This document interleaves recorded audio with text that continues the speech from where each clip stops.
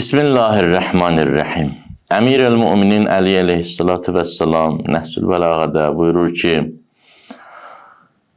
və radiyyə bizzulli mən kəşfə an durrih. O adam ki, hər kəs və nakəsin yanında, hər yoldan ötənin yanında öz problemlərini danışır, öz müşkillərindən söz açır, o zəlilliyi qəbul etmiş insandır.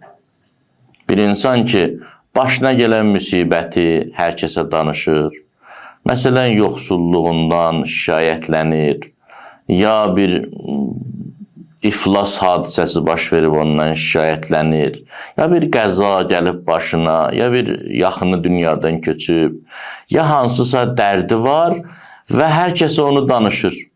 Həzrət buyurur ki, belə adam özünü zəlil edib, zəlilliklə razılaşıb, zəlilliklə barışıb, zillətlə barışıb. Bəli, insan xəstədirsə, həkimin yanında öz dərdini danışmalıdır. İnsanın məhkəməli işi varsa, qazinin yanında öz dərdini danışmalıdır.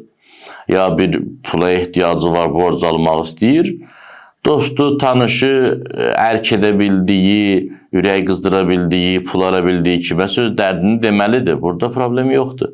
Problem odur ki, bəzi insanlar elə ağlamaq, elə dərd danışmaq, elə dəxli oldu, olmadı, hər kəsin yanında dərdini demək, öz daxili sirlərini açmaqla məşğuldular. Həzrət Əli əleyhissalam buyurur, belə insanlar zəlilliklə barışıblar. Çünki mən birinə dərdimi danışıramsa və o dərdimi həll edəcək birisi deyilsə, təbii ki, gözdən düşəcəm, zəlil olacam və danışığımdan gözlədiyim o gözlənti baş verməyəcək, öz gözümdən də düşəcəm. Ona görə buyurur ki, dərdinizi hər yerdə danışmayın, yoxsa zəlilliklə, zillətlə barışmış olarsınız.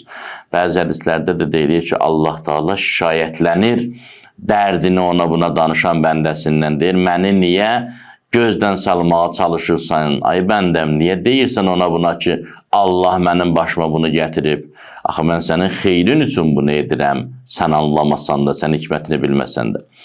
Bəli, insan gərək biraz kətum olsun, insan gərək dərdini dərd əhlinə, o da ehtiyac olsa, vacib olsa, zəruri olsa danışsın.